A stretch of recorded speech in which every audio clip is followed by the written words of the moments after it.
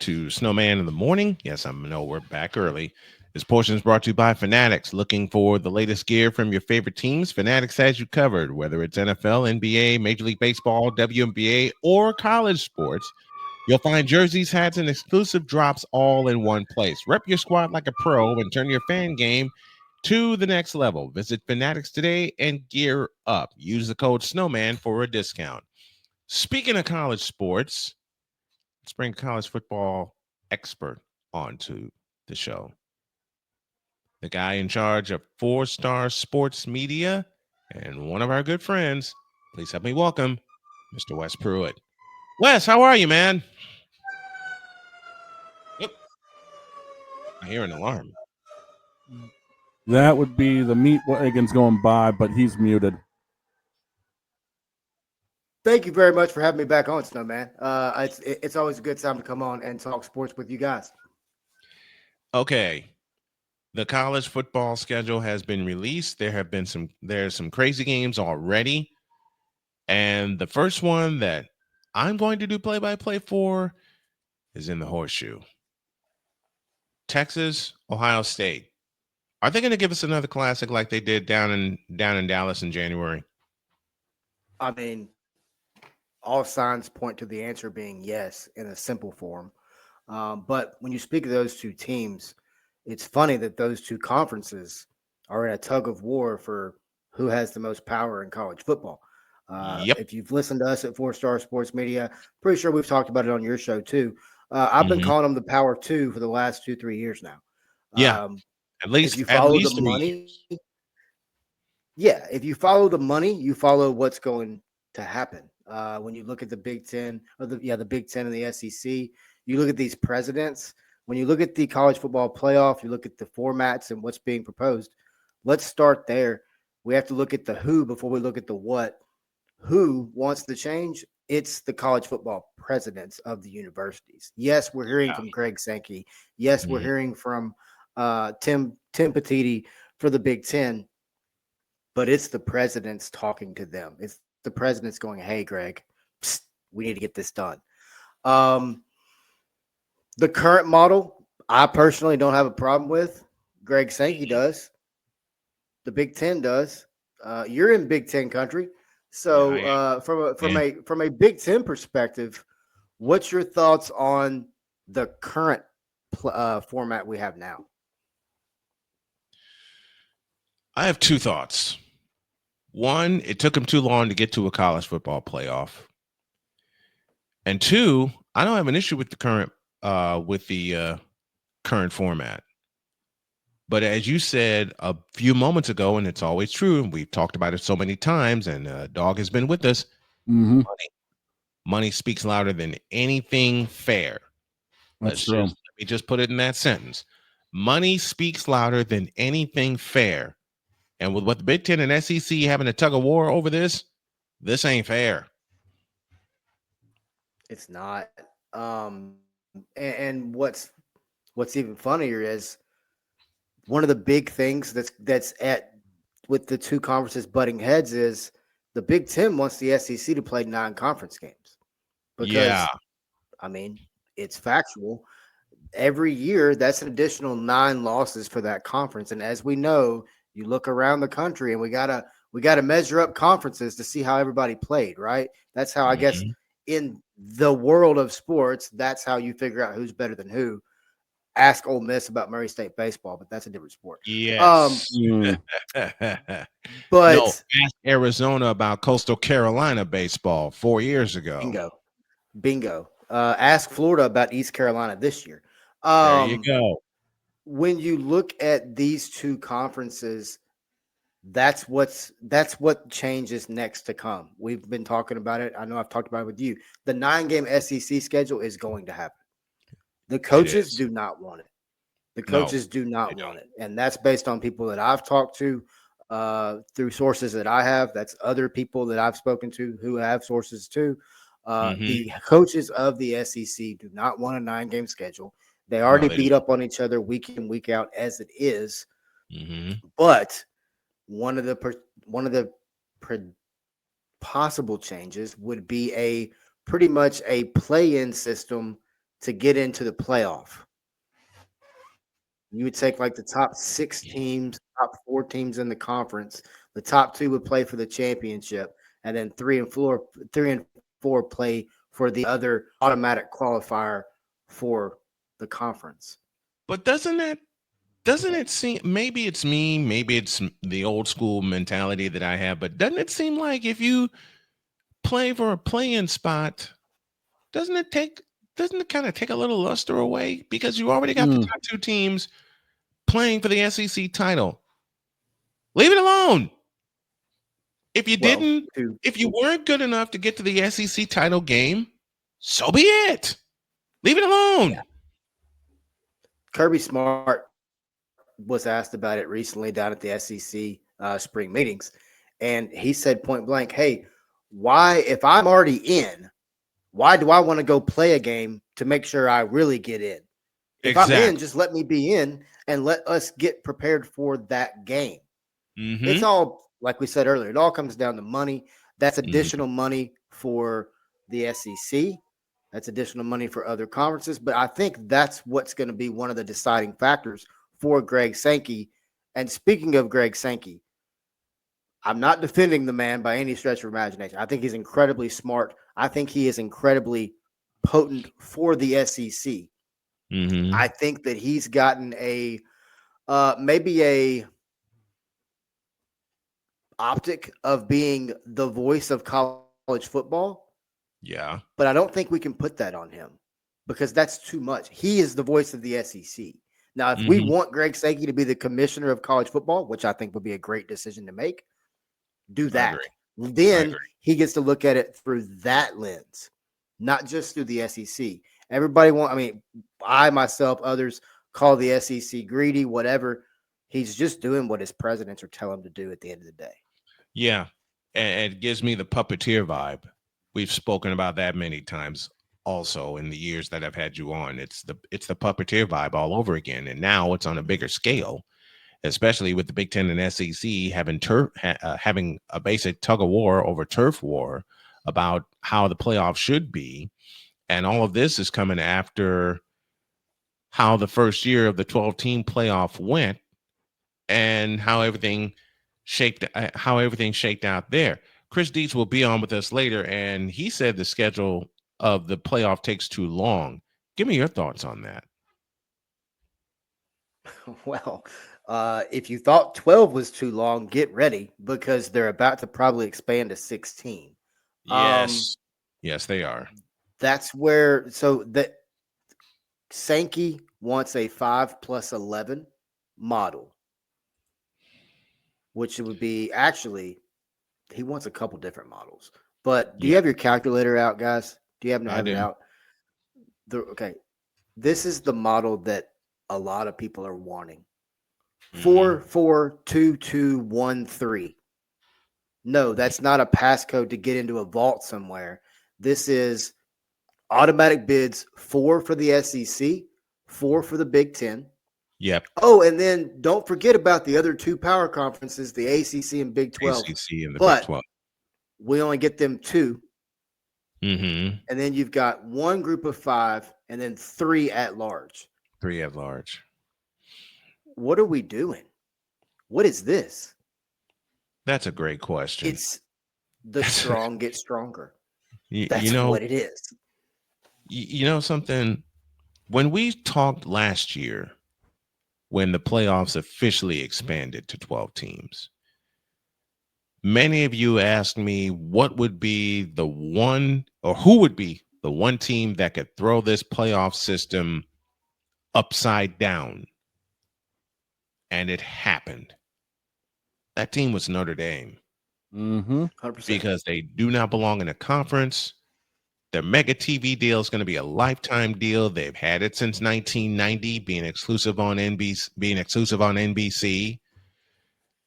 If they are on another network, they actually lose money. ESPN, hello. ABC, hello. Everybody wants a piece of Notre Dame. Notre Dame gave them the finger and made the playoff by beating everyone after they lost to Northern Illinois. Because after they lost to Northern Illinois at the gun, Mostly everybody thought Notre Dame was dead. All they did was run the table and got to the national championship game. So here's the question again. Can Notre Dame be the ultimate wild card no matter how big this playoff system gets? Fast answer, 100% yes. And I back that up with Marcus Freeman at the helm. When you've got Yes. Marcus Freeman at the helm of a football team, you look at him from his days at Cincinnati, you look at him prior to that. This man understands not only how to build a defense that is a winning defense, but he understands that his offense does not have to be that prolific. It does not have to be high flying. As long as it's effective, that's all that matters because he's got a defense that backs it up. Say that again. Say that again, please. Okay. What makes Marcus Freeman so great is he builds a defense that is a winning defense, but he also has the understanding that his offense does not have to be prolific. It does not have to be electric. It just has to be effective. As long as his offense is effective, a la, give me a player here and there. Give me a guy who can move the ball. He doesn't have to throw the ball 50 yards down the field. He just has to get the ball down the field. There's a difference. But what makes Marcus Freeman even more special as a head coach? He understands Beamer ball. He understands the importance of special teams. You have to have a solid kicker with not only accuracy, but yardage. You have to have a punter with incredible accuracy plus a leg. Yes. More importantly, you have to have a punt return team and a kickoff team that makes your team a weapon. It gives the other team something else to prepare for that they're probably not going to be ready to prepare for. Yep. And that's why Notre Dame roared to the national championship game. The most difficult they're going to be right back there this year. They're going to be exactly.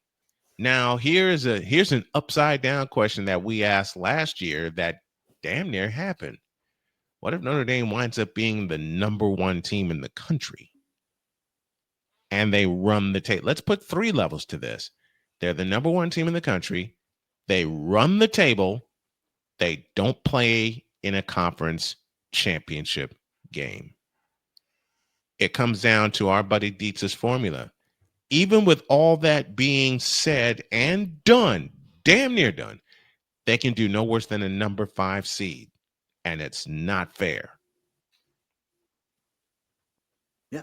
We've got a good friend of the show, a good buddy of mine from Memphis, former Notre Dame Fighting Irish, Matt Shelton, former tight end for Notre Dame.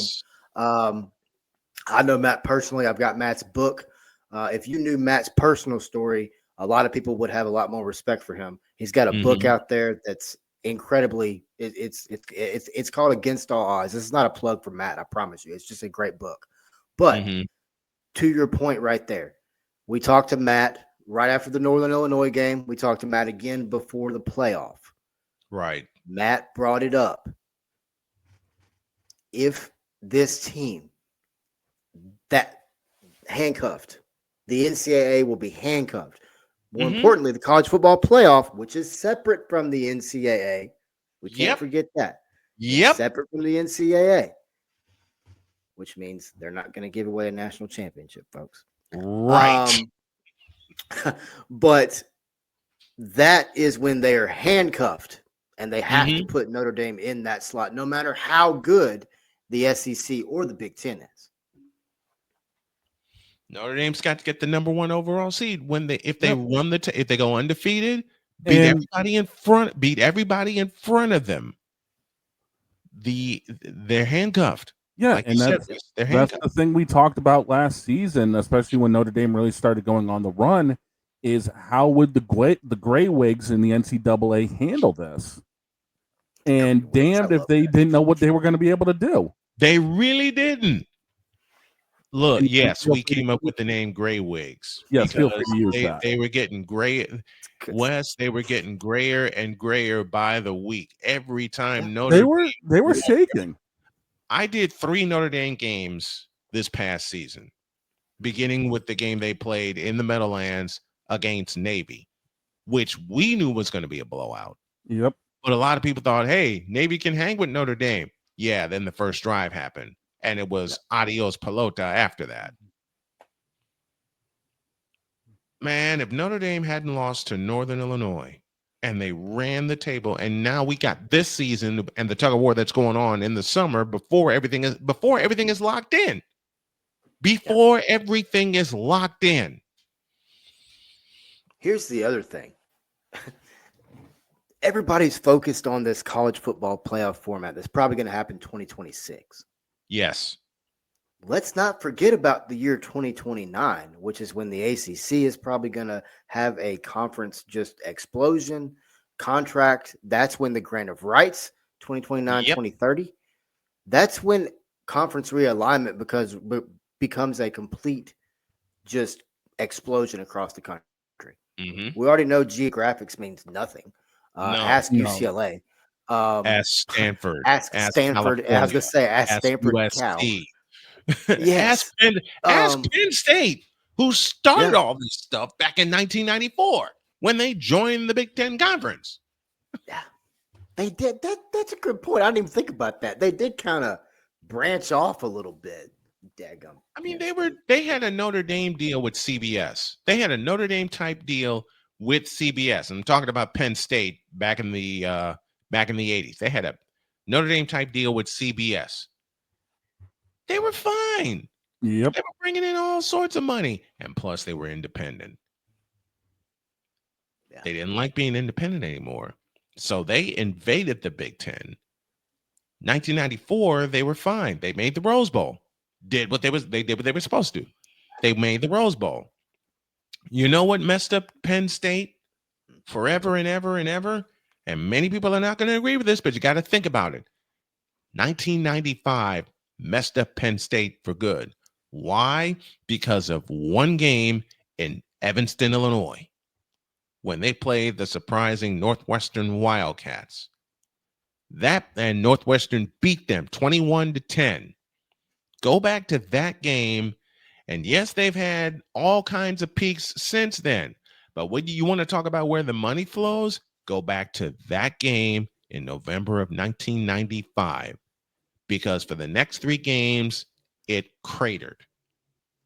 Has it been back since then? Of course. But if you want to point to one game where they got a rude awakening in the Big Ten, wanting to get a big piece of the pie in terms of the money, you go back to that game right there in 1995.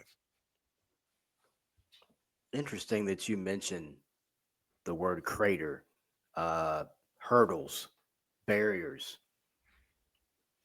We talk about how the strong get stronger. The other thing is this.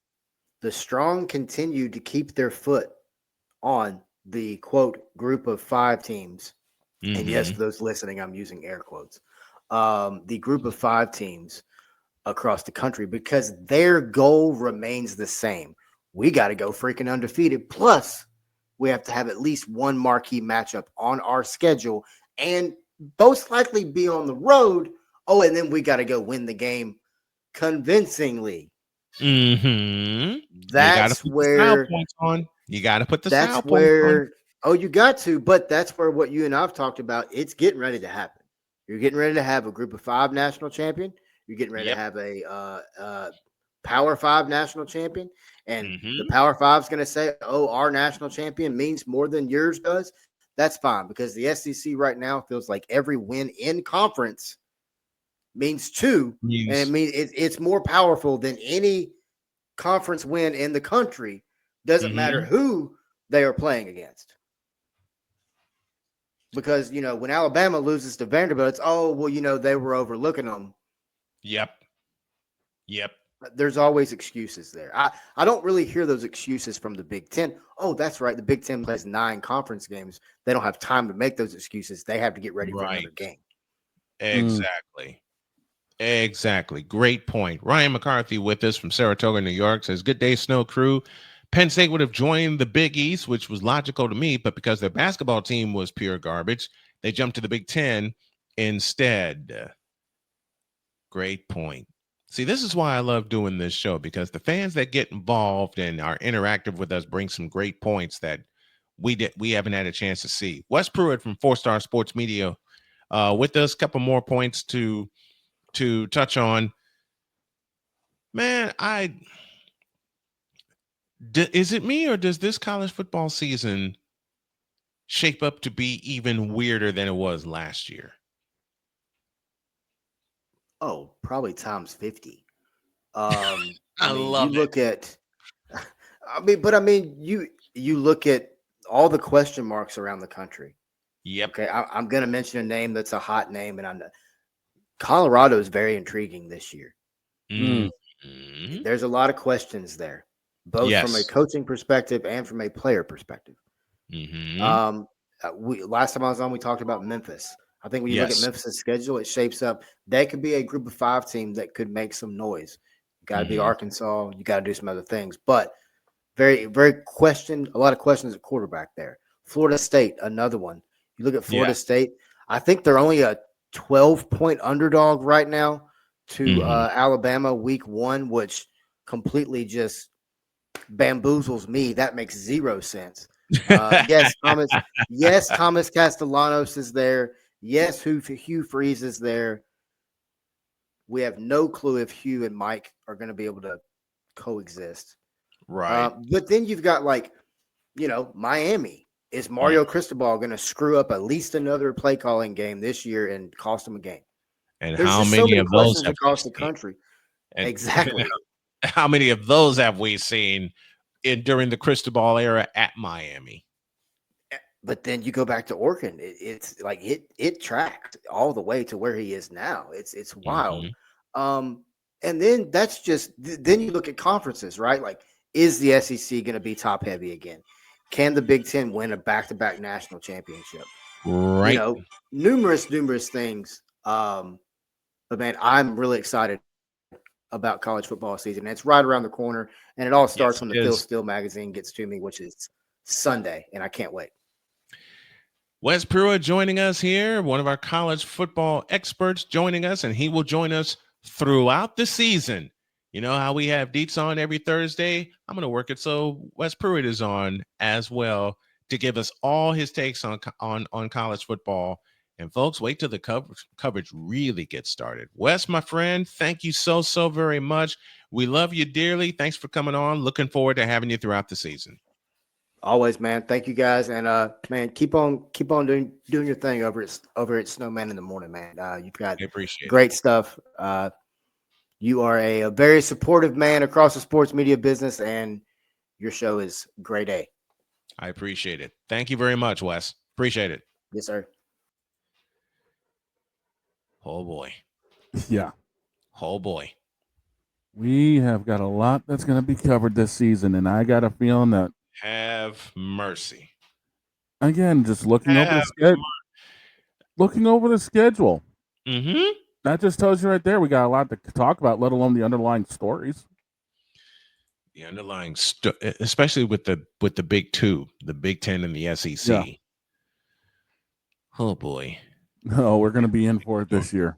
The underlying stories are going to be ignorant. Oh yeah. All right. The underlying stories are going to be crazy. Yep. But I'm here for it. Man, that's why we got it. That's why we got that expansion coming. The eventuality, Ryan says, is that as much as Notre Dame wants to be independent because tradition, they're going to have to join a conference. It's an inevitability. Not if you talk to the folks at Notre Dame. Yeah. And I got some insiders at Notre Dame. I'm going to tell you right now. They are standing down. They are standing up, I beg your pardon, against joining a conference. Yeah, touchdown Jesus don't want to be corralled right about now. Listen, touchdown Jesus ain't having it. Colorado was a 100% schedule-driven cause because they got bounced around when they played competent football teams like Kansas. Yeah. Like Oregon.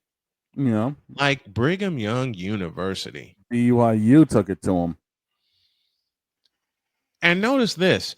Love you, Coach Prime, but every time Colorado played a competent team, that competent team, no matter how long it took, because there were a couple overtime games there, hung 30 points on them at least. They hung at least 30 on them. And we just had a point come up. Notre Dame has ACC in their back pocket. Yep. They ain't going nowhere. And the ACC jumped in their back pocket during COVID. Yep. They played an exclusive ACC schedule. They wound up playing Clemson twice, once in the regular season at Notre Dame Stadium in front of what sounded like a full house, and then once in the playoff in Dallas. The ACC's in their back pocket. Yep. Notre Dame's not going anywhere. Notre Dame played chess while the others played Connect Four or Candyland. Shoots and ladders. Oh God, shoots and ladders. Notre Dame knew what they were doing. They still do. And they saw the holes in the Big Ten. Because where did every wannabe analyst, which is what we have been called until we prove them wrong, what did every wannabe analysis say that which conference Notre Dame should belong to? Oh, there's a mix of them. Biggest one, obviously, got them saying that they should go to the Big Ten or go, SEC or go, wherever. Notre Dame's not having that. No. Notre Dame's not having that. Not a chance. The ACC in their back pocket. They just won't make it official because it'll mess up their contract with NBC for football. Yeah. Pizzle saying that the Notre Dame ain't going to be taken serious till they join a conference. I hate to tell you something. I ain't buying that. I hate to tell you something, but Notre Dame's going to put everybody on notice in week 1 when we return to the Catholics versus convicts. That's a Sunday night game. Yes, it is. That's a Sunday night game. In Joe Robbie. In Joe Robbie Stadium. Catholics versus convicts. The greatest Catholics versus convicts game was 1988. When it all started. Thank you, Jimmy Johnson and Lou Holtz, for that legendary game.